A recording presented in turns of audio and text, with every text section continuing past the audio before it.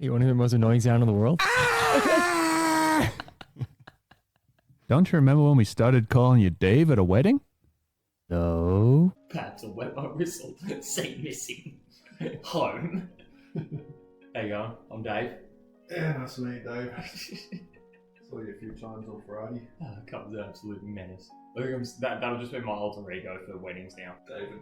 Every time I put on a suit. With just no context behind it. Yeah. Good day, I'm Dave. There you go. I thought your name was noted. Traumatic childhood. You needed those. You really did. Which is true. Means that for us all.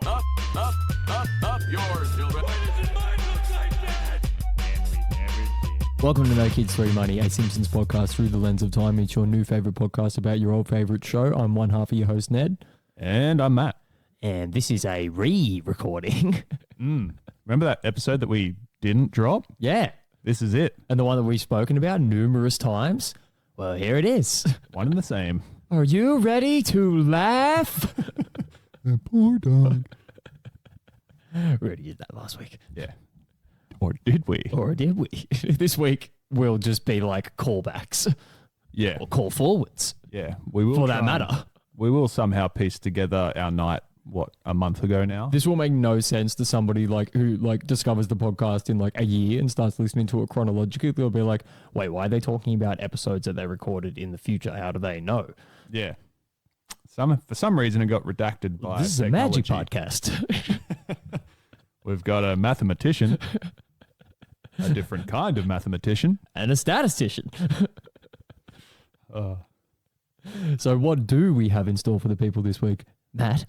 Well, Dave, we have 3 episodes. One from season 1, 10, and 20. Episode 9. Hopefully I can find the right things to explain that. But anyway. It will It'd come be up. funny if I couldn't and it's still just zero context. Might make it better, but we'll see. We'll find out. Yeah. If you don't hear it, we cut it. This is a And- 2-part episode. As you can tell, we try and not cut our things even when we say we're going to cut them through lack of care, you may say. It's the first thing that's ever gone wrong. Oh. Someone's got to have a tally of the things that have gone wrong. Oh, yeah. It's at least 19 by now. It's a plethora. Oh, perfume. Whoa. Thank you, Bart. You're welcome, Mom. 34 years old. Time enough to start over with a new man. Someone who eats with his mouth shut. What's that, Patty? Nothing. Finish your steak. Look at him wolf down that gristle. It's an accident waiting to happen. Do you know the Heimlich maneuver? No. Good. Alrighty. So episode 9, season 1. It's called Life on the Fast Lane. Synopsis reads, the episode deals with how Homer's thoughtlessness precipitates Marge's infatuation with her bowling instructor, Jacques, leading to a marriage crisis between her and Homer. Yes. So, what do you got? My first note is this was the first episode of the show to win an Emmy. Oh, interesting. I didn't know that. I think That's really early on. Yeah. I believe this is sort of where things kicked off for Marge as a character and sort of daydreaming about what could have been if she didn't marry Homer. And it's maybe one of the first sort of Marge-based episodes, I would say. I would say so. And it's I believe, like we mentioned in the last episode. Did I mention it was the last episode? Well, actually, you did. Yer. I kind of wish I saved that one. But anyway. Yeah, I believe the point that I made was something to the effect of they seem to keep this theme around, but don't really ever use it again to this massive effect that they do. They keep this weird theme of Marge having slight fantasies about other men. I've got to stop fantasizing about Lee Majors. Maybe one more. Wait. We dropped the ball on that one. That would have been a great noise. Oh, it would have been The ascension. perfect. Yeah. The echo. Just the echoing one and Lisa's looking at her and she Yeah. can hear it. Still imagining it. Yeah. Or the burly one that comes up later on in the seasons. But yeah. That Season point you 1. were making Yeah. was So a good point. After they've won the Emmy, they've gone on to create an episode. So Context-wise, Bart and Lisa cook Marge like this big pancake breakfast and bring it in while they're sleeping. And sort of Marge wakes up and is really excited and whatnot for her birthday. And then Homer then wakes up and goes, "Oh, well, is it my birthday?" He's just completely blanked on what time of day / year it is. Not only that it's like doesn't remember his wife's birthday, he doesn't remember his own birthday. Or he's just that self-centered that he's just thinking about himself constantly, which Yes. comes up through this episode a lot too. Well, it's shown by the fact that he didn't get her a present, A, because he didn't remember her birthday. The first note I have is the first instance of the cutaway to the car gag, which is a recurring theme throughout The Simpsons, where they just sort of run off screen and you hear the like quick footsteps of the car and the car driving away. Yeah. Yes. And how? All right, what pops up next in that episode? So It's That's Homer when- shopping for the bowling ball. yeah, so Marge rings up Patty and Selma and sort of explains to them that Homer hasn't forgotten her birthday and is going to go get her a present right now. And they just start shitting on him immediately by saying he always gets you crappy presents that are basically for himself. Yeah, remember when he got you that tackle box and Yes. stuff? Yeah. And then, this is when he's going shopping. He's looking at a bunch of shop fronts. He's like, no, that won't do. It's like an ear piercing place and a couple of other, like, not funny shop front signs, but obviously not good gifts. And then ends up looking at a bowling ball and pondering on that. Yes. And then we have the conversation between Marge and her sisters where they talk about they're going to go to, what's it called, the Singing Sirloin. Yeah. Do we then cut straight to that? Basically. So Homer comes home, puts the bowling ball in the cupboard, and then Marge says to Homer, "Oh, okay, we're going to go to the Singing Sirloin for dinner." He's like, "Oh, great. And the kids are going to come." "Yeah, sure. Of course. And my sisters." And then he makes like a groaning sound Yeah. of sorts. Like the opposite to this.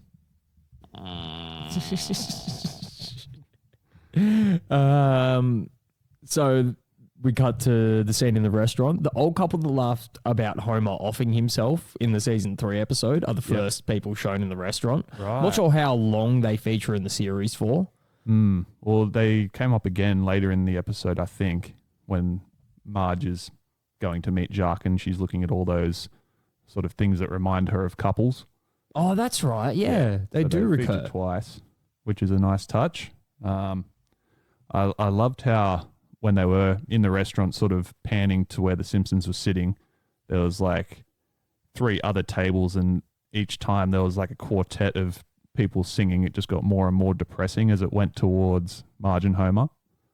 Yeah, it was obviously like an anniversary at the start, and then I'm not really sure what it was in the middle. Maybe just another birthday celebration, and then it was obviously at the end them singing towards people who would have been at a wake Yeah.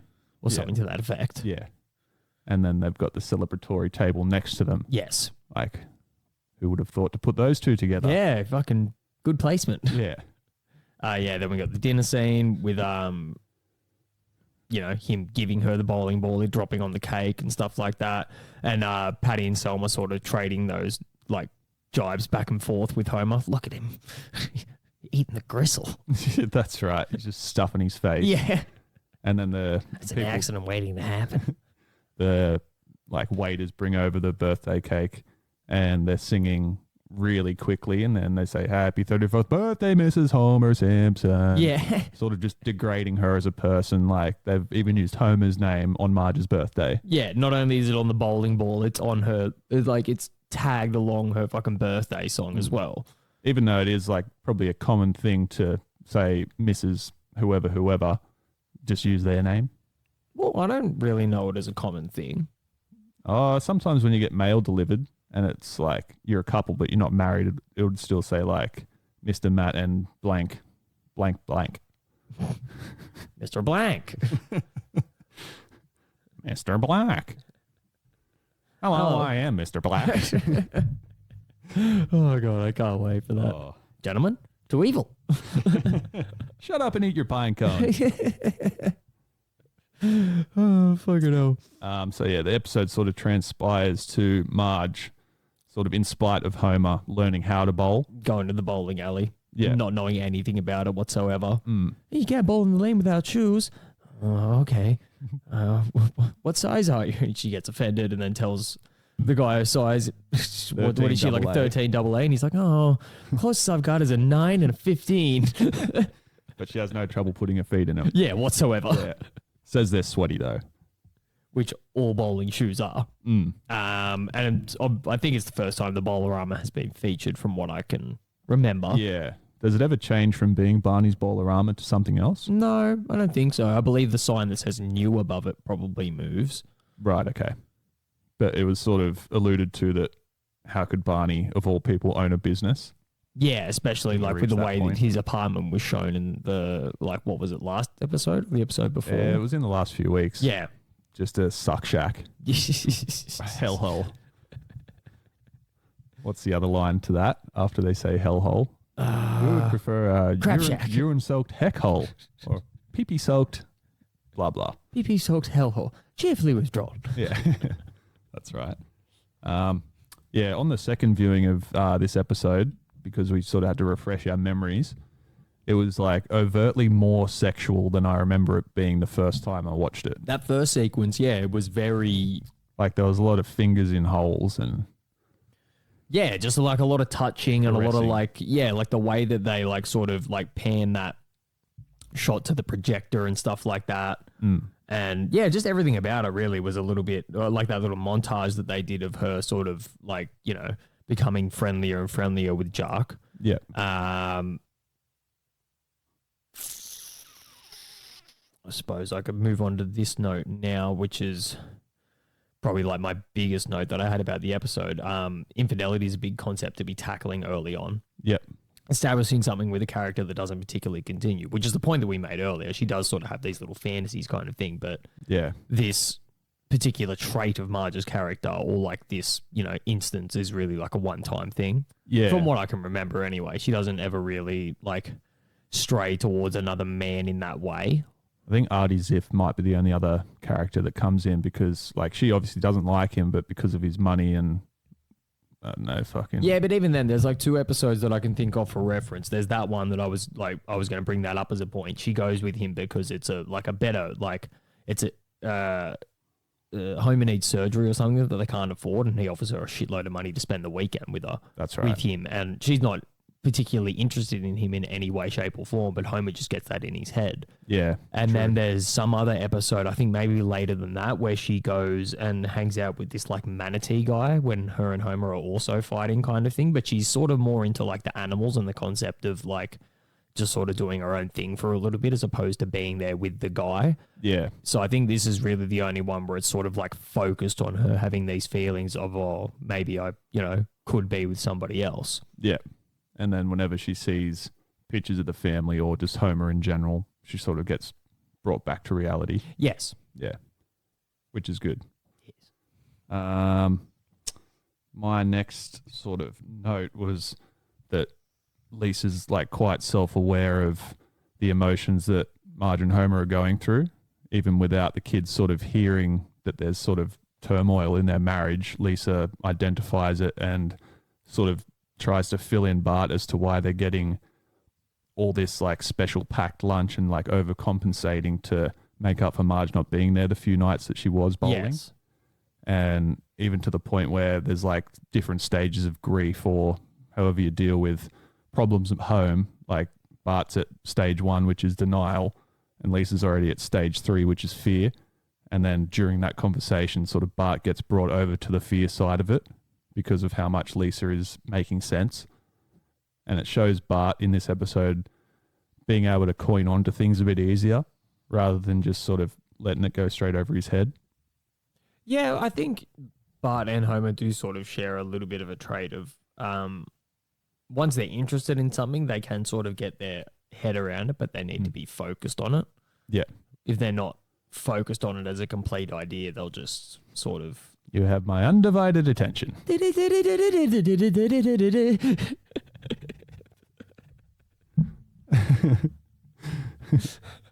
a very nice jig, Nettie. We found a distraction. Oh, fucking hell. Well, yeah, then we get fucking... We step back a little bit, but we get the fucking one of the quotable moments of the episode, which we've used several times since. Yeah, this was in the overly sexualized part. Quite smooth, isn't it, Oh, Marge? very smooth. Smooth? Yes, very. Yes? Yes. Yes. Smooth. Smooth? Yes. Yes. Smooth. Smooth. Oh, it's my favorite thing ever. Yeah, that's got to be. It's competing with another top-notch noise that you'll hear later in the season 10 episode that we'll play once we get there. Yeah, from the very same episode. Why didn't Homer ever just offer to go bowling with Marge? Embarrassment? Potentially, but it's just something that I sort of like picked up on this second viewing. It was like, why didn't he ever just like, you know, go bowling with her? Like, yeah, there's probably a little bit of embarrassment kind of thing. And as the situation sort of progresses, they sort of like drift a little bit further and further apart, as is shown throughout the episode. But yeah, it still didn't just make sense to me. At some point in time, you'd just be like, well, why don't I go down there bowling with her?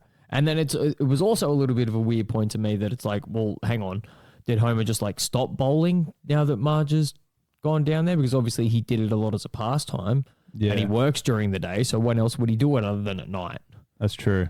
Maybe it was just like too short a time frame to him to jump onto that because she went like sort of back-to-back nights and then there was different scenarios after that. Like, And I suppose someone had to take care of the kids.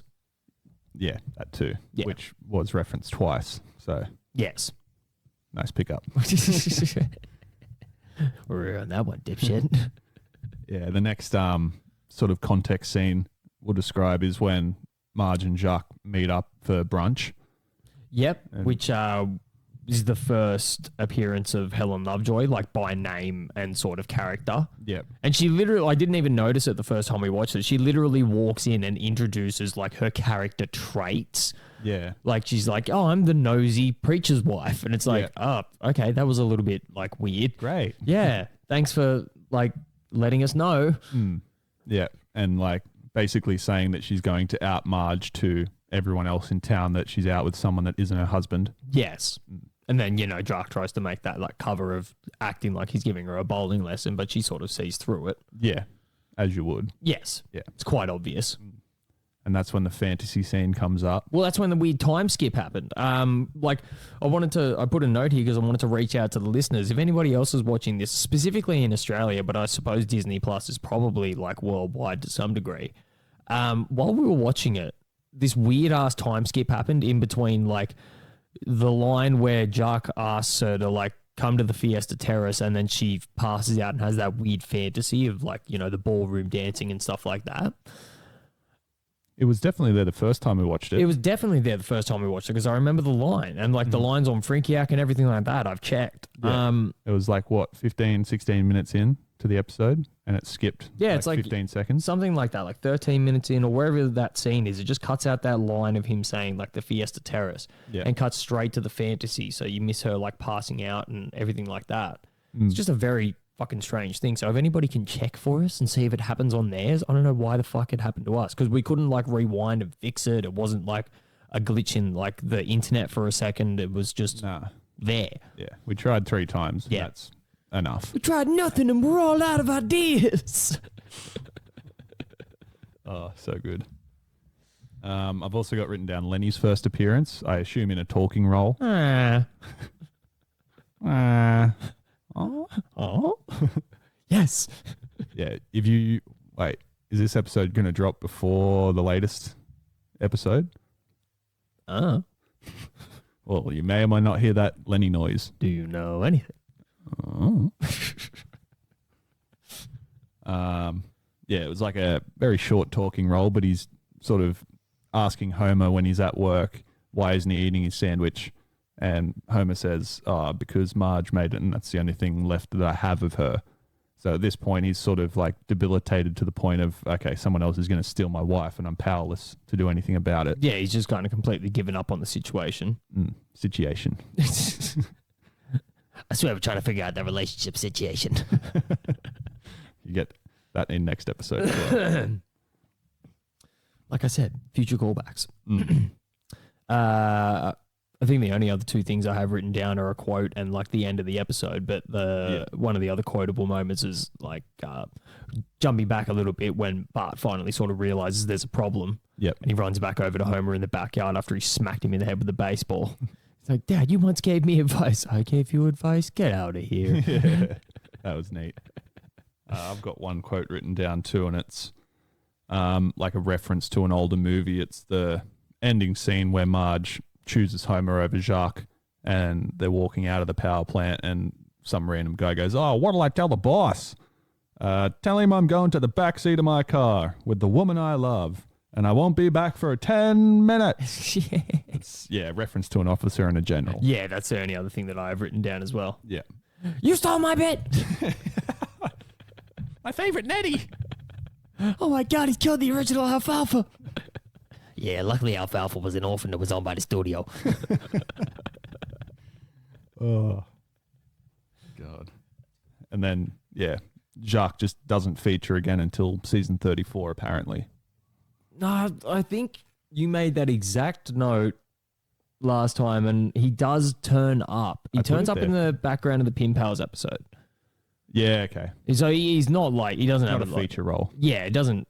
Does he speak in the season 34 episode? Is that kind of what you're alluding to? He must, because I've written it down. Okay. I put it there. I put it there as a note. Slipped it into my phone as a gag. Brent! I declare this the most whimsical jape of the season. You're hilarious.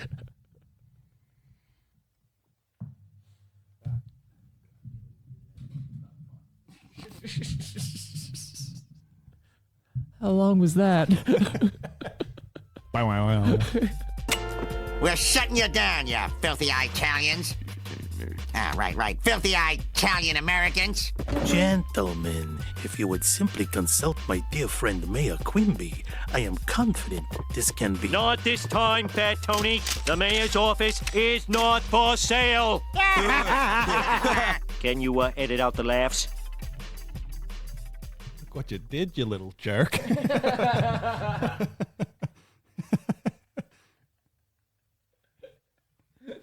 Nettie, go easy on the Pepsi. I love what he has there.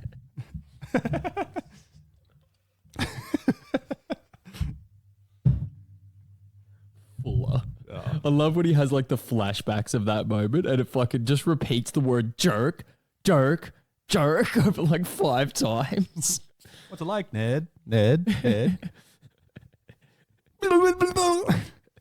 Goo goo doob. Ha ha! Ha ha! Wah wah wah wah wah wah.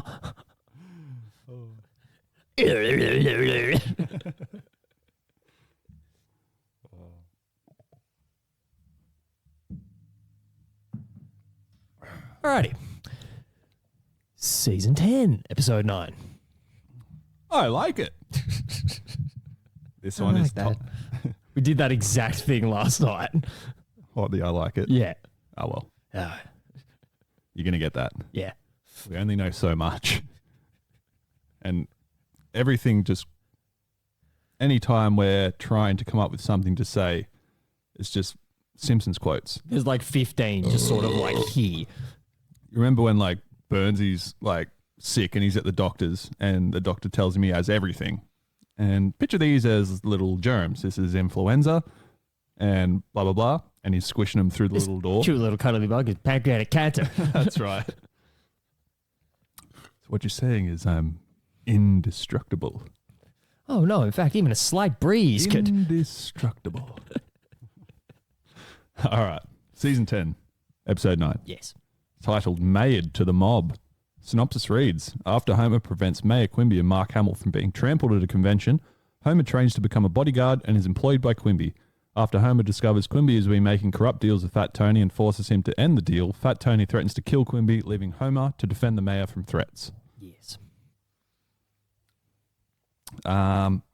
So, context-wise, the start of the episode is the family sitting on the couch and they're watching an ad for whatever, and then another ad comes on for like a science convention, and it's like clearly that it's Baimon Sci-Fi Con.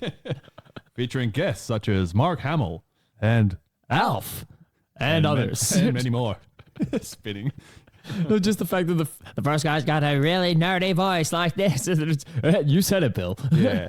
Clearly the KBBL guys. Yeah. Yeah. Be there or be square. Be there and be square. Beats school. Beats work. And I think it basically goes straight to the science convention from there. And you see the squeaky voiced teen is sort of the bouncer at the door and saying it's full to a Chewbacca, looks like impersonator, but then he does like a perfect Chewbacca noise. It's legit just the Chewbacca noise. None of us could do. It's jacking off two guys at the same time.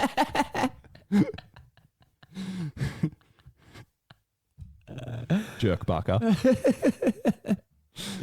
Oh, fucking hell. So we get like a couple of like sort of quick fire, like just, you know, it's a sci-fi convention, so there's heaps of fucking references in this first like 2-minute scene before we get Mark Hamill on stage. Yeah. We get Uda walking past with a Futurama shirt on. Then we get that like panning shot of all the people on the panel, which is just gored from the Earth from the day the Earth stood still, which I didn't think was fucking real. Yeah. 1950s movie originally. That's the one with Neil Armstrong at the end of it? Everyone walks away and he's like, come on, people, this guy has been to the moon. He's actually been to outer space. No one cares. This is one small step towards me firing your ass. That's right. I love as well when they get to the science convention, it pans to Homer and he's like, what sort of science convention is this? It's full of nerds. Yeah, and then they all walk past and say hi to Lisa. Yeah, that's it. And yeah, Uda wearing the Futurama shirt is still promo, isn't it? Because it hadn't aired yet. It's featured, I think, a year before Futurama aired. Because we mentioned it in the Treehouse of Horror episode a couple of weeks ago. David Cohen changed his funny name for the Treehouse of Horror episode to be David Futurama Cohen. That's right. Yeah. And then, so after it pans through like the Neil Armstrong montage and things like that, there's like a sort of ad running in real time for like a wrestling match between a tag team wrestling match, which sees the Mighty Robots from the series Battlestar Galactica fight the gay robots from Star Wars. Steve Cooper just getting the shit kicked out of him. Yeah. Hoping to get tagged in by R2. Help me. And he starts beeping and fucking driving away. You're so boring. I hate you. Yeah. Getting his fucking head pounded. Yeah, just smashed in. Oh, so good. And then further on, a little bit after that, you see sort of Quimby address the audience and he says, welcome futurists, cyberphiles, and the rest of you dateless wonders. Yeah, really good. Yeah, he introduces Mark Hamill, who then starts giving a spiel about fucking mobile prices. Yeah, that's I'm here to talk to you about Sprint. As you can see, you stand to save up to 17 cents a month over the more dependable providers. Yeah, talk about Star Wars. Quiet, you nerds. Which we missed. Trying to save you money on long distance. If we step back just before that to one of my notes, we missed the pedophilia joke they make about. I'm not sure who the guy is they make it about. But remember, Bart's at the table with the guy and the robot, and he's like, Dr. Smith. My dear boy, we can talk right. about my resume if you'd like to meet me in the food court later. Danger, Bart Simpson. I thought the robot was saying, danger, danger, Bart Simpson. Like, because it's Bart, not because of Dr. Smith. No, he was literally inferring like this guy's going to rape you. Yeah, okay. Yeah. It's sunk in now. Yes. I like it. No, it's much worse. Oh, no. Yeah, the subtle, just dark jokes, even the episode 12 one that we've recorded as well, featured that one that Skinner said. Maybe. You'll have to stick around to find out, because I won't give you that quote.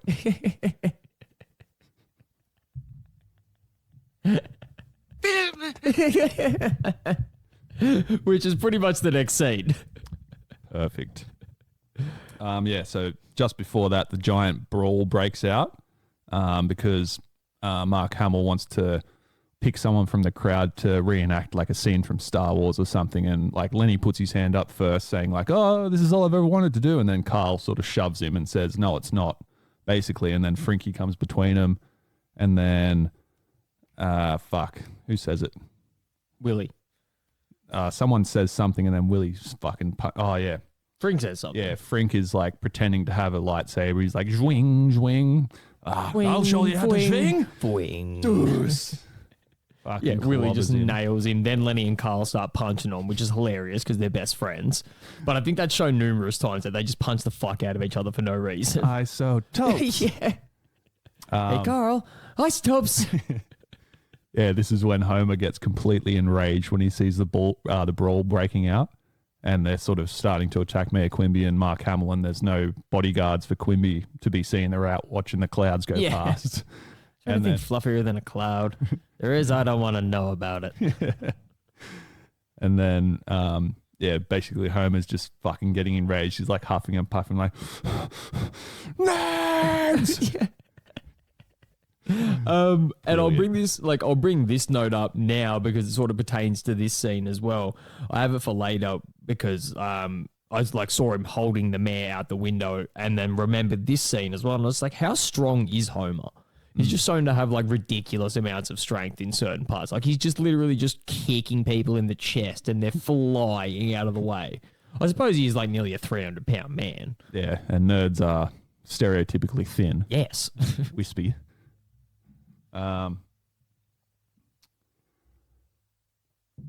So that leads to our game show portion. Our game shows are a little different from yours. Your shows reward knowledge. We punish ignorance. So as we've already done this episode and done like the guessable quotes that we had down, they won't be much of a challenge for us. So we decided to change the game up a tiny bit this week. Also considering we're having a few beers and it's grand final day. Yep. We will be cutting to a different scene later in the nice sunlight on the deck of the loser. What's the technical term for it? So our ironic punishment this week, instead of getting slapped, is tornadoing a beer. Yes. Damn. I hope I lose. I mean, win. All right. I literally just get like 2 lines into the quote. You're like, I forget. Yeah. So it's going to be a little different. We're not sort of saying half a quote. We're going to say the entire quote, and either Ned or I are going to have to guess which episode it's from, and give a name to the episode. And for extra credit, it is Pepsi, partial credit. Sorry about that. If we can guess the season and episode numbers, so like what season and episode, as well as the episode name, then it's a 3-fer. So we'd have to tornado 3 beers. So there's a 3-pronger involved. Oh, Jesus. I didn't know about that. You do now. Lots of beer statutes in there. Who wants to go first? You kick us off. All right.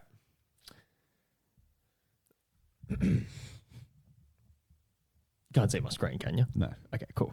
It's a weird world, Homer. As hard as it is to believe, some people don't care for me neither. No, I won't accept that. Fuck. I know it's Mo. No idea what the name of the episode is. I'm going to say season 5, episode 8.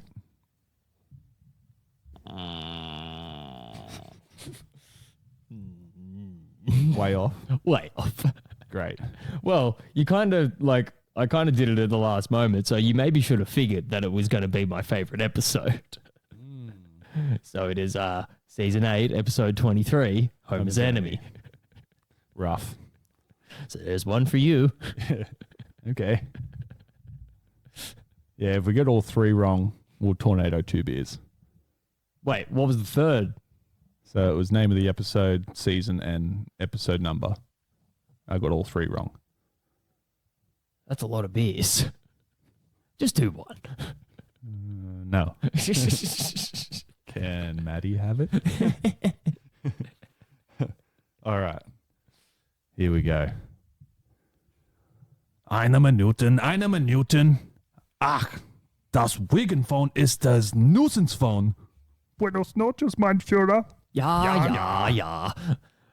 So this would be Bart versus Australia. It's season 7, maybe 9. I'm gonna lock in 7 I was wrong. What is it? What episode? Wait, what do you mean? What episode? Like, Oh, what episode number? So you've got the title correct. Mm-hmm. Season Wrong. 15? Man, you're one off with both numbers. Season. You stupid. Season 6, episode 16. Great guesses. It's close. I wouldn't have been able to pick what episode that was from. Really? No. It's only because it's like a really like that's the like part of that like sequence that like sort of stands out to me. Apart from him actually like calling Australia. Yeah, maybe through process of elimination I might have got there. There's at least one phony quote in each room. And through a process of elimination, this must be it. Yeah. Oh, fucking hell. Can't believe that. That's so good. Just uses his head. All right, so you got the title of the episode correct and nothing else. So you got 1 out of 3 points. Yes. So it's only fair you tornado 1 beer. Mm-hmm. So the viewers get to see it. We'll give you 2. And I'll tornado 2. Okay. Yeah. That's 3 in total. In sequence. And you'll be seeing that right now. Say, Matt, what are you going to do with those 2 beers? You going to give your noggin a flogging? Well, yeah.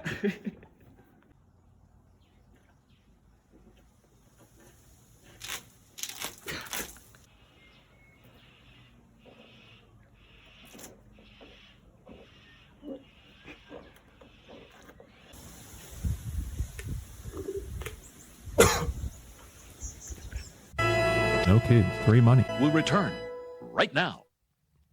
All right. So after Homer saves Hamill and Quimby, Homer's then sort of inducted as Quimby's bodyguard because he has no one else. And Quimby, for some reason, sends him through training. But who else are you gonna find to take a bullet for you, or get your genitals hooked up to a car battery? I know who. This man. Woohoo! Homer, did you hear what he said? I said woohoo. Oh, even before this next segment we're going to get to, the scene where Marge comes home with the groceries and Homer's in his full sort of bodyguard get up and he's like sort of staking the place out for anything. And he's like, Porky's in the pig is in the poke. I don't really care for that code name. And then Bart and Lisa walk into the kitchen and Homer goes, access denied. Dad, we're just getting a drops them both with a sleeper hold. Homer, I don't want you to use your new sleeper hold on the children. And another thing, I told you to take the trash out 3 days ago. And he just drops her as well. Still half an hour till dinner. Shrugs. Does the sleeper hold on himself and falls and bashes his head on the table. Oh, so unnecessary. But yeah, we skipped the whole like bodyguard training scene. Who that bodyguard teacher is also voiced by Mark Hamill, which you noted last time, which I found fucking not like interesting, but not surprising because Mark Hamill is like a prolific voice actor. And they based the character's name off of the detective that was arresting. What's that guy's name? John Wilkes Booth. Oh, okay, right. So the detective that was there, sort of taking him through police headquarters at the time in real life. I think Lavelle either shot. No, Lavelle was the bodyguard in that scenario. Right. And then, John Wilkes Booth got shot. By in Jack police Ruby. custody. Yeah. Yes. That's right. And the scene where Lavelle is teaching them how to be bodyguards is fucking excellent too. Yeah, just the whole like sequence of like the protecting him against a shooter, and then it cuts to that like berating room session in progress. Yeah. He's telling them they're all fucking terrible, and he's like, "But your checks have cleared, so you're all graduate." Yeah, that's it. And now I'm going to finish it with the score of with the hit song from the movie The Bodyguard. And I don't know if my voice will always love you. Yeah. I loved the when they are doing the bodyguard training, the grassy knoll reference. He's got like a little sort of He's on a grassy knoll. Yeah, shooting at the fucking watermelon president. No. I didn't quite believe your no. I didn't quite believe you. No! You're, no! What got you? You next up. Now, drop and give me 20. No! Better.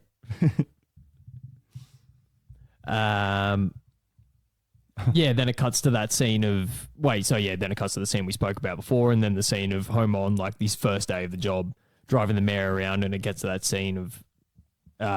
sorry, I just said gets to that scene like 5 times in a row. He says gets to that scene a lot. They're in the car, and I can't remember what prompts Quimby to say it. I think Homer's just, like, thanking him about, like, hiring him, and then... Thank you for letting me guard your body. Yeah. You always performed yourself in a manner befitting. Quick, hog at that broad. I couldn't be happier with the way that went. And then, they're on their way to Moe's, like, for whatever reason. And it turns out to be a health inspection. And Moe's sort of sprayed all the locals away with a hose so Quimby and his cronies can sit there. This spot's reserved for the mayor and his cronies. Gets him out of Duff and Brow. Homer smashes it straight away. He's like, keep him coming. Just gets out the case. Yeah. And then, one of my favorite scenes, it's like a little bit quotey, a little bit visual, but Quimby's sort of saying, this is a annual health inspection. And Moe's sort of looking around. He's like, you're a change, sir. Puts out a big wad of hundreds, and then they start walking across the bench like there's cockroaches under him. He squishes them, and then he says, I swear to God, we're going to get that roachy situation under control. We're working on that road situation, I swear. Used to see the hospital. Yeah, that's it. And then it shoots straight to Quimby and Homer leaving, and Homer's got all the beer bottles like in his suit, essentially. They're everywhere. They're like all in his pockets. They're like tucked into his socks and shit. Sounds like a wind chime walking out the door. That was some good. Then we went... Wait, where did they go? And then we went to see a pool, and the mayor got some more change. They went to the legitimate businessman's club. Yeah, that's the next scene afterwards, where we get the the revelation of them like doing the rat's milk. And Homer, I should have wrote that quote down because it was quite funny, or it stood out to me when Homer asked like Legs. I was like, how'd you get the name Legs? And he starts talking something about like World War II or some shit like that. He's giving an in-depth story, and Homer's just already stopped. Oh, mini listening. cannolis. Yeah. Hey, I called that. And the rat's taking it. Yeah. And then Homer opens the door to the milking factory, and he's horrified to see that it's hooked up to like thousands and thousands of rats. Yeah, that's right. He runs out the door, and Quimby's just like, rats, you promised me dog or higher. Oh, great stuff. The rest of mine is just quotes pretty much. Because, after that... Oh, no, so I already brought that scene up. It cuts to Homer sort of confronting the mayor about it, drops him out the window. Yep. Then they go to the police and go back to the legitimate Socialman's Business Club. And we get that fucking... The mayor's office is not for sale. Everyone is laughing, the cameramen and the police officers included. Can you edit out those laughs? The guy's just like... Fucking perfect. It's so fucking good. Yeah, then we get Brockman interviewing Fat Tony saying that this... The rat's milk has been returned to the like life cycle. Return to the cellars where it belongs, the circle of life. Yeah, that's it. Cellars? Sewers. Yes. The cellars, as he liked to be called. We wouldn't want any accidents to happen, like the killing of you by us. Yes. Then we get, I'm pretty sure you have that next line written down with Bart. Yeah. So it goes, for context-wise, it then goes to the Simpson family again, watching sort of it unfurl on the news at home. And then Bart says, aren't you scared, Dad? I mean, if I were Fat Tony, and God willing, someday I will be, I'd just be stewing in my jail cell, getting madder and madder. Don't worry about that, boy. He's already out on bail. Yeah. Now, go start Daddy's car for him. Homer, it's fine. I'll take a cab. Yeah, then we get him trying to talk the mayor into going out and not being afraid. That's I'd it. just like to have a quiet evening at home with the wife. Yeah, that Come on, you can't be afraid of that, Tony. No, I really do just want to spend a quiet evening at home with the wife. Oh, just perfect. The pause is fucking like just immense. And yeah, playing through Hit and Run recently, there's like only so many sort of interactive houses or buildings you can interact with in certain levels. And one of the places is Quimby's house, and the gates are all shut. And the first quote when I pressed on the doorbell was, "I'm just spending a night at home with the wife." I was like, yes. Yes. They chose some really good things to put in there. Yeah. So next scene is the dinner scene. And I didn't write this down, but I never actually noticed how much that yes guy kind of annoys me later on watching it. Obviously, it's like a gag that's sort of there to just sort of make kids laugh, I suppose. Yeah. It reminded me of Vincent Price a lot, which we also covered in an episode that may or may not have been recorded recently. Yes. You'll have to stick around to find out. Yeah, that is a good point. Maybe it is supposed to be like a takeoff of that character to some degree. Yeah. Yeah, I think just the height of his voice is really just not close to what someone waiting tables is going to be. Just gives me real season 20 vibes. Like it's overplayed kind of thing. Yeah. At least it didn't fucking carry on for too long. Like, Yeah. it was just enough. Just enough. Yeah, it doesn't really force the point. But then we get a nice visual gag straight away of like Mark Hamill is Nathan Detroit and then Pepper Steak is the entree. Man, that was good. This was for the production of Guys and Dolls, the play. Yeah, because Homer's like, I'll take you to a place where you can take your mind completely off of gangsters. Takes him to a production of Guys and Dolls, which is about gangsters. Okay, let's see who we got here. Flanders, Fat Tony. What's his name? Oh, Fat Tony. Oh, and then we get fucking, just a couple. Yeah, that whole fucking scene is fucking great. All of it's fucking quotable. You got the, you got Mark Hamill standing backstage complaining about, like, how Nathan Detroit wouldn't wear a Jedi uniform. Hey, I got 75 strawberries to shortcake. Or shortcakes to I strawberry. got other problems. Yeah, he was a good once-off character. Yeah, I've never seen him before or ever again. No. Perfect. Then we get, Hamill doing a little bit of like a performance, and there's like weird Star Wars ad-libs in there. And then we sort of cut to the mayor enjoying it, and then Fat Tony. I want the mayor dead. I want his wife dead. I want his cat and his dog dead. Wait. Who is before the cat? Just kill the mayor. You're not mad at me, are you? Oh, just the hesitation. It's so fucking incredible. good. And as we were discussing as well, like, they nailed that visually as well. So, like, Louis is quite clearly scared of what Fat Tony's going to do to him, and he leaves the shot, but it stays on Fat Tony, and then when he says that line, he sort of pops his head back in. You're not mad at me, are you? Incredible. It's so fucking perfectly well done. Yeah. And that's basically when Louis gets pushed into the play Guys and Dolls and starts dancing like Brody. Like who? Brody. Oh, like Brody. Oh. Oh, yeah. Cheers to that little cunt for making the wedding. Holy shit. So hopefully that was explained at the start of it. What was his style of dancing? At I have that wedding we no went to? idea. It was sort of like, it was like country western outback, like boot scooting. Had his thumbs in his pants, Yeah. kicking his feet out.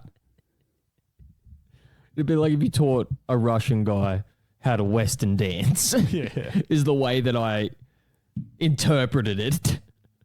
Fucking good. Interpreted it. No kids, free money. We'll return right now.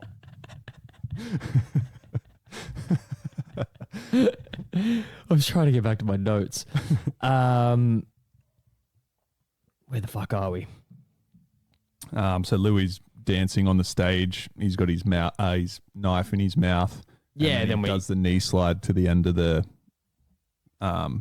stage. Yep, jumps off and tries to. No, he has that argument with Mark Hamill first. That's right. Hey, buddy, that's my portrait up there next to the pepper steak, and don't you forget it. You're all talk, Hamill. You never even finished Jedi school. Kicks him into the prop. Yeah. Then he jumps off and tries to kill the mayor. Then we get that, little interaction between him and Homer. Hamill trying to tell him to use the force? No, the forks. Use the forks. Then we get that fucking brilliant other thing that we wanted to cut, but we didn't have enough time or room on the soundboard. Yep. Oh no, it's silent. The fork. The force? The forks. Use the forks. Oh.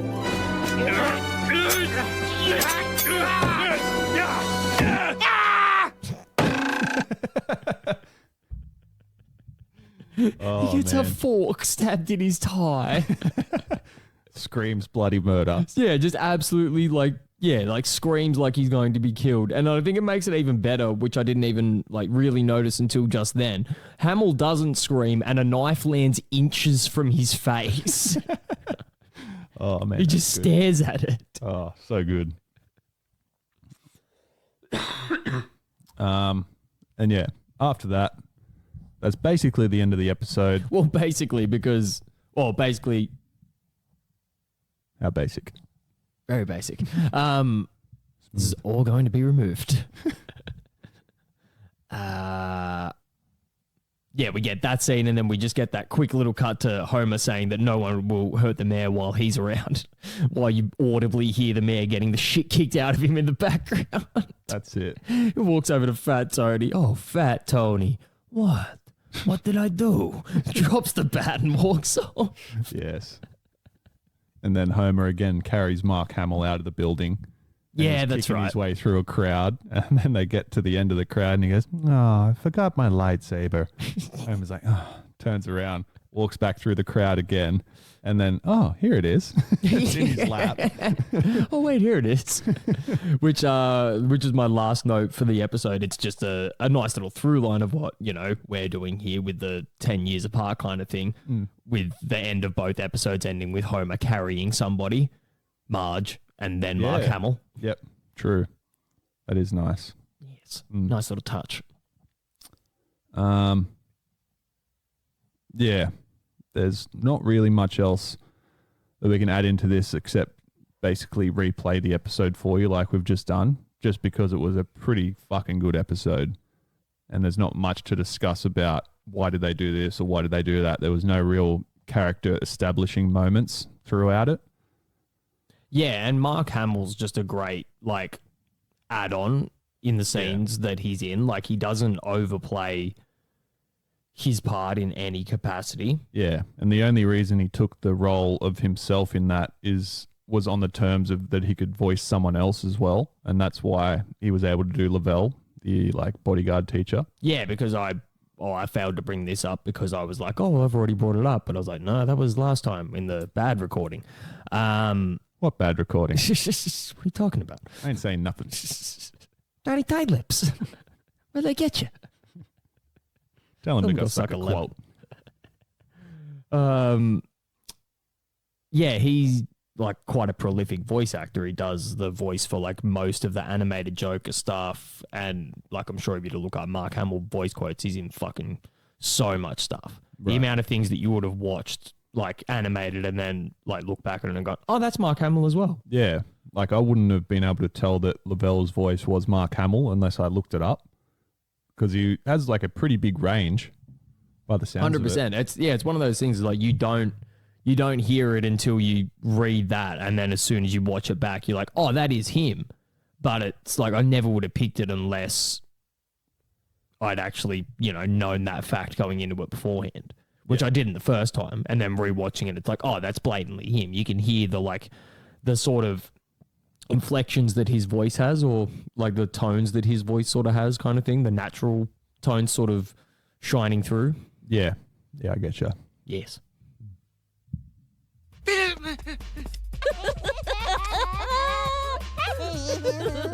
Mom! Mom, can Juliet sleep over? Are your parents okay with that? They never met us. We could be murderers. Could have been if we hadn't had kids.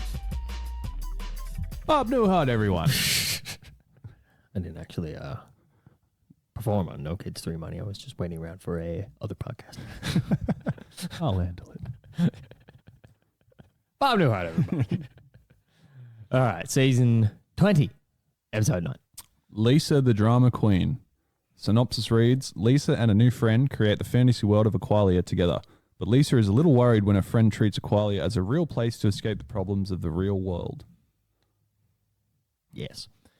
So I feel like I should just make this point up the top, maybe. Doesn't really fit anywhere else. Elements of the plot loosely resemble Bridge to Terabithia and the Peter Jackson film Heavenly Creatures, in particular the scenes where the girls imagine themselves in their fantasy world and how Marge bans Lisa from seeing her friend Juliet, who is loosely based on Juliet Holm. Also, the girls' obsession with Josh Groban mirrors the obsession of the girls in Heavenly Creatures with opera singer Mario Lanza. And on the subject of Josh Groban... Who the fuck is that guy? Who the fuck is that? Stealing from my other soundboard there for a moment, but seriously, who the fuck is Josh Groban? I don't know, and I don't want to know. Frankly, it's a market we could do without. We're a family podcast. Maybe single people listen to Josh Groban. We don't want to know. But like, I've never, like, obviously I've heard him mentioned in passing, but like, I've never heard him mentioned to the point that he could be like on The Simpsons to that degree. Yeah, there's a lot about season 20 we don't understand. There is. It's past our time, I think.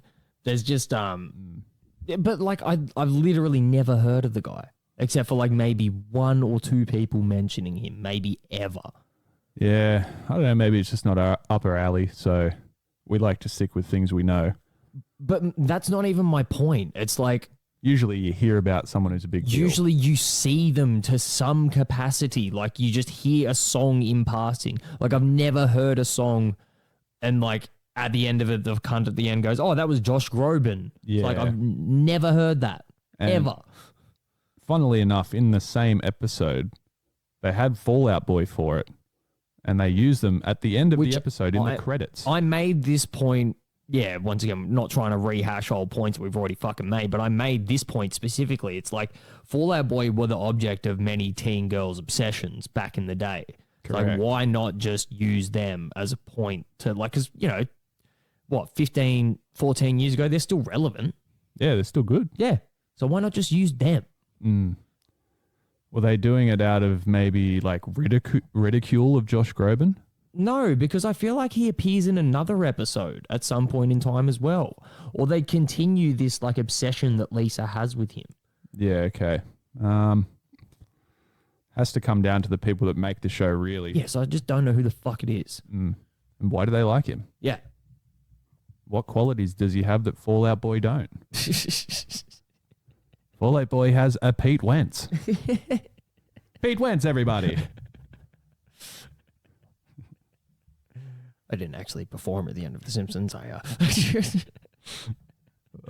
All right, so we, cut to that sort of first scene where the kids are being dropped off the recreational center. Bart's doing karate and comic book guy has 4 belts tied together.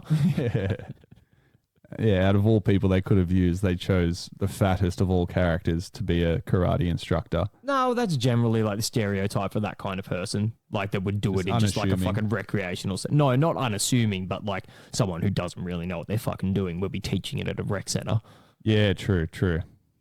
And didn't he also say something about like if your parents didn't pay the money that you're not going to be able to get a belt? You just bought some really expensive pajamas. That's it.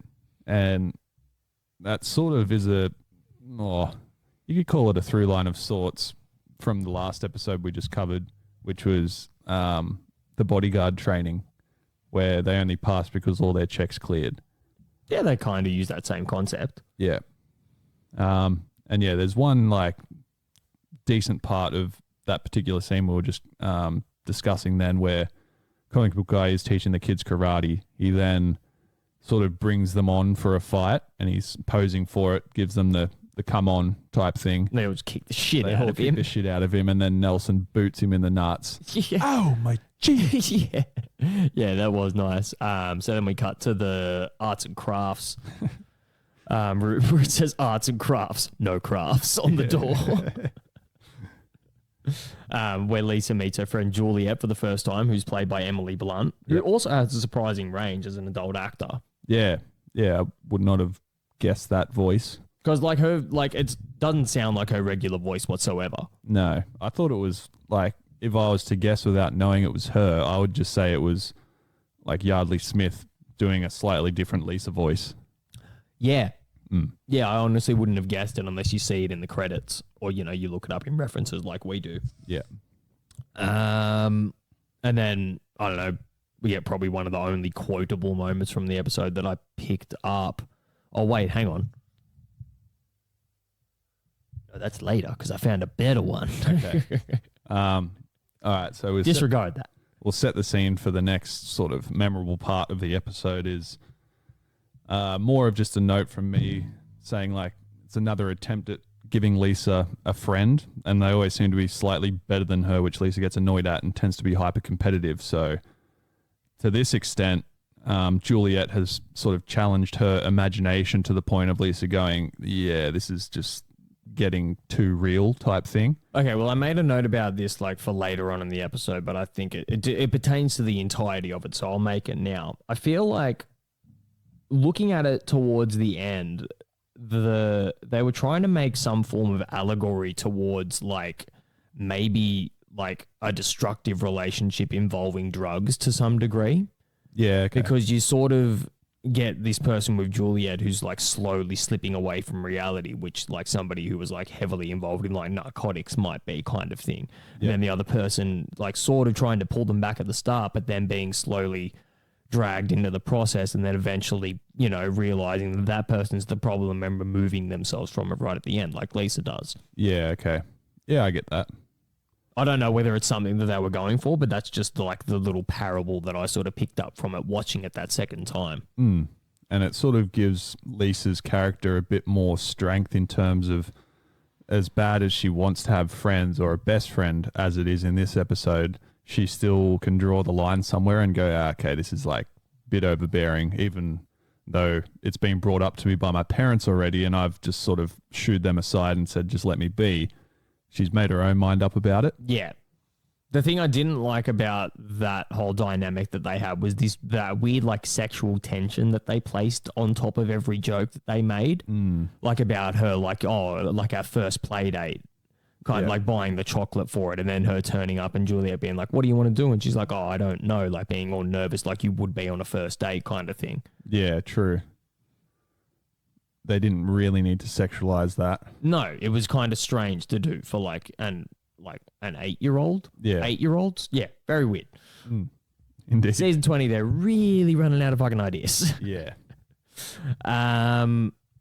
Relying on a lot of musical montages that don't really have that much effect. There was like 2 or 3 in the episode that kind of annoyed me, and that's not really something to dwell on anyway. But we'll just move on to my next point because I feel like it's not the most consistently I've laughed at a season 20 episode. I think the one that we watched last night was probably like my favorite of the series so far, now that I think about it. Yeah. Oh, the season so far. But this one had like a nice couple of like moments in it with when they're sitting at dinner and Juliet's explaining exactly what her father does, something about like finding plot holes in books and writing theses on them to some degree.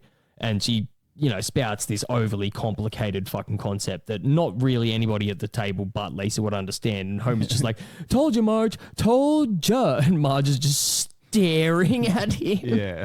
Just so sick of his shit. Yeah. I think Marge was used quite well in this episode because she was in it for maybe 10 or 15 seconds at a time. As we mentioned instead before. of focused on her. Yeah, as we mentioned before, very sparingly, just those little moments like she has with the book. Yeah, I've got that written down here. So, like Marge is discussing Lisa having a friend over for dinner, and the quote is, she's finally doing something the book said she would. And then lifts up the book and it says normal childhood behavior. That's, something that Marge would have. Yes. Yeah. And then she's waiting outside the door when, like, Juliet asks Lisa to be her best friend. Yeah. Say yes. Yeah. Yippee. Yeah. Just something an embarrassing parent would do. Yes, 100%. Yeah.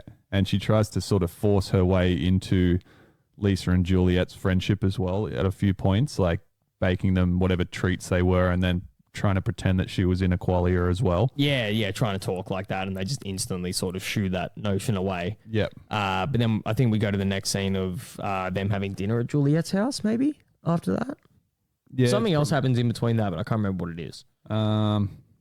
There was a good visual gag. So again, I think Lisa comes into the kitchen and Marge and Homer are sitting at the table drinking coffee, and Homer's mug just says Ned on it. Yes. And that's where I have, it's good that you brought that up because that's where I have the quote. Okay. One of the only memorable ones from this episode. I thought it was pretty funny. Compliment her hair and shoes. If her dog bites you, don't make a big deal out of it. Friendship is like marriage. The key is listening. Also, if her dog bites you, don't make a big deal out of it. I just said that. Okay, honey. If it's that important to you, you said it. Completely belittling, and I suppose it's another semi-through line from season 1 to season 20 in terms of just undermining Marge's intelligence. Or just being neglectful towards his relationship, even though he literally just like sort of mentioned that you need to listen. Yeah, that's it. And just does none of it ever. Yes, just never fucking listens whatsoever. Yeah. Just what makes him a great guy. Oh, yeah. And then after that, then we have the dinner scene. Yeah, there was a scene in between where Nelson is sort of making fun of the two girls for Aqualia. Oh, yeah, that's right. And he's playing with her like a headless Darth Vader and a hockey taped up Malibu Stacy doll. Stacy with no limbs, all taped up. Yeah. And like I thought it was strange that Nelson of all people is holding figurines in the first place, but a Darth Vader one at that, which is like a father is a father, but unbeknownst to the actual child. Interesting. That's kind of funny. In that realm, yeah. So Nelson, sort of not really knowing his dad, goes towards a figurine of a father figure, essentially. I've never watched Star Wars, so I don't really know the relationship between Darth Vader and Luke Skywalker, I presume. And then we also sort of have the little bit of a through line between Mark Hamill being in the last episode. Yep. Did you just say that? No. Okay, cool. Were you listening?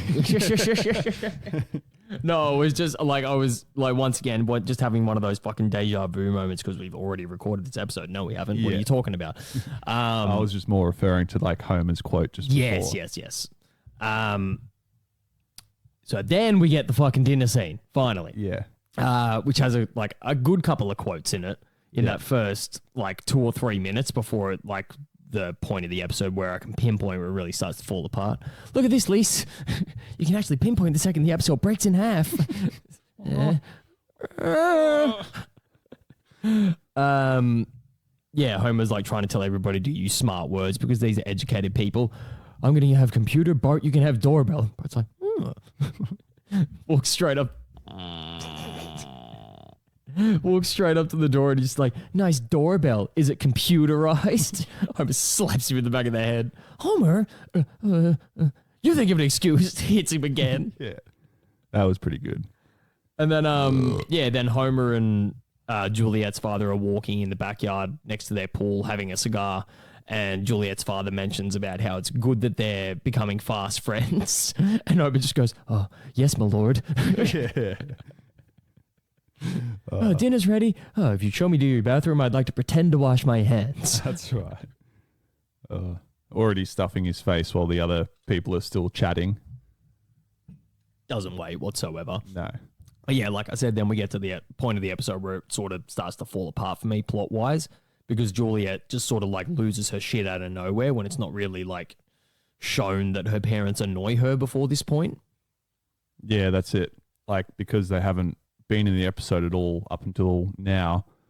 It's sort of like Alex's family in the earlier season episode where they get introduced once they go to their house as well, and it's sort of upmarket house also. Yes. And it maybe just hits to the point of sort of wealthier families tend to have stricter rules over their kids, even though they're probably not in their lives as much. And that's why the dad is playing music that he thinks Juliet likes, but clearly fucking hates because he plays it every time, just not really asking her opinion. Ah, yes, track 3, researching the brief. And it's just this sort of, I don't know, Eerie establishing orchestral music. Yeah, it's weird. Yeah. And that's when Juliet goes insane and runs outside. Runs out in the backyard and starts having these visions of, Aqualia, and Lisa sort of starts to disbelieve her for a second and then goes, oh, no, I can see it too. I have the quote written down of that weird thing that turns up. I'm a giraffeopus. I'm uncomfortable in water and on land. Yeah, I liked that. That was pretty good. Then I had who the fuck is Josh Groban written down, but we've already covered that. Yep. Willie's a doctor? When? We get to the next scene of the them. Ellis Island thing. Yes. Yeah, okay. Yeah, I Googled like referencing Scottish people in particular and Ellis Island, and there was nothing that sort of sunk in there, but Ellis Island obviously is like an immigration center off of New York City. Yes. Yeah. And it would make sense that Willie is there because it's sort of the scene goes back in time in like a sepia tone looking clip. Start of this episode. Enjoy. I put it there. As a gag. And yeah, Willie says whatever he's William McDougall. Dr. William McDougall. Yeah. From now on, your groundskeeper Willie. Moves on.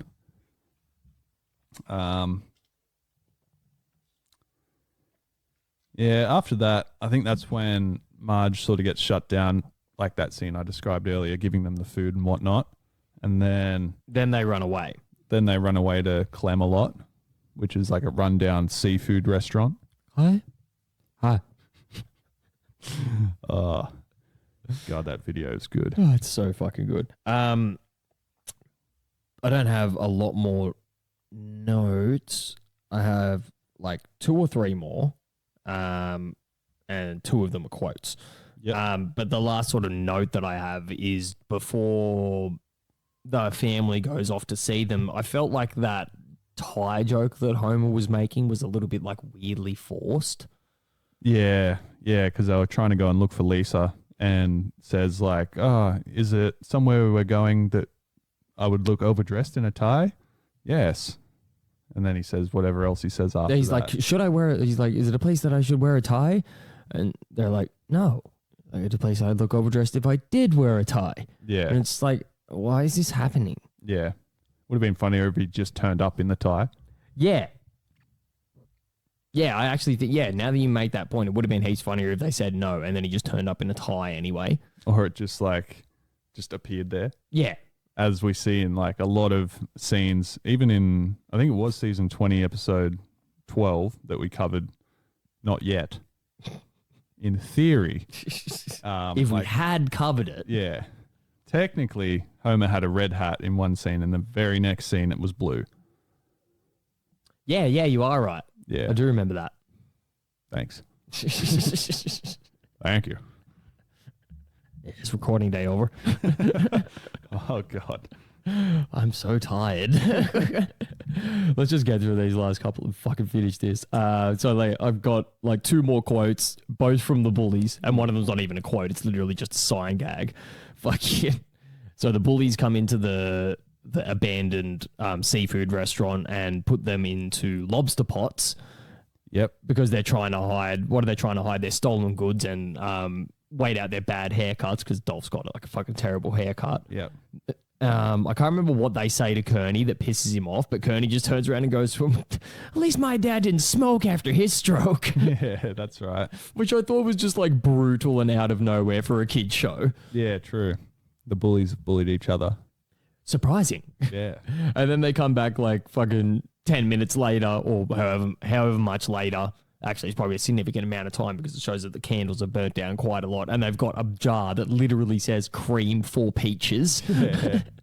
And in the meantime, Juliet and Lisa have sort of devised a plan of how to escape the lobster traps because Kearney was unintentionally listening to them describe Aqualia when they were trying to sort of be elsewhere when they were trapped.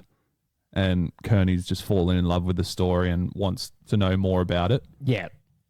Yeah, then we get, that fucking fantastic visual of him pretending that he turns into a dragon and the girl's finally running away, and it cuts back to Dolph and Jimbo just absolutely smacking the shit out of him while he's got a smile on his face. Yeah, he's still imagining a qualia. Oh, man, it's so fucking perfect. Yeah.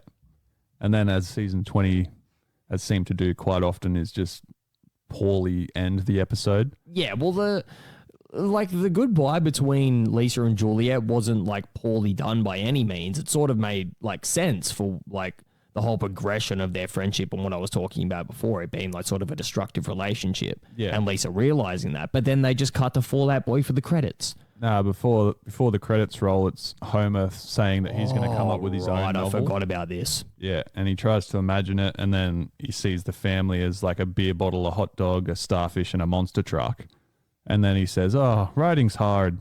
No, he's looking at him. He's like, "Chapter 1." Yeah, and then goes, "Yeah, writing's hard." It's like, what's that supposed to be? Like, that's like the laziest fourth wall joke of all fucking time. Yeah, they literally make a joke about writing being hard. It's like, just end it. Yeah, if writing's hard. Yeah. So there's been like episodes that come to mind for me now is when like Homer's in heaven and he's walking away with like the God figure and he's asking him like the meaning of life and God's about to explain it and then it just cuts to the credits. They have to find a way to emulate that for their later seasons. It's like leave it either on a cliffhanger or it doesn't really need a witty sentence to end on. Speaking of not needing a witty sentence to end on, you can find this fucking podcast on Apple and Spotify and YouTube now. Oh, God. Perfect segue. Yeah. Absolute master of it. Instagram handles in bio. This is the second episode we've recorded this weekend. I'm very fucking tired. It's grand final day. We're going to go tornado beers on the balcony. We'll speak to you guys next time. Yeah. Up yours, children.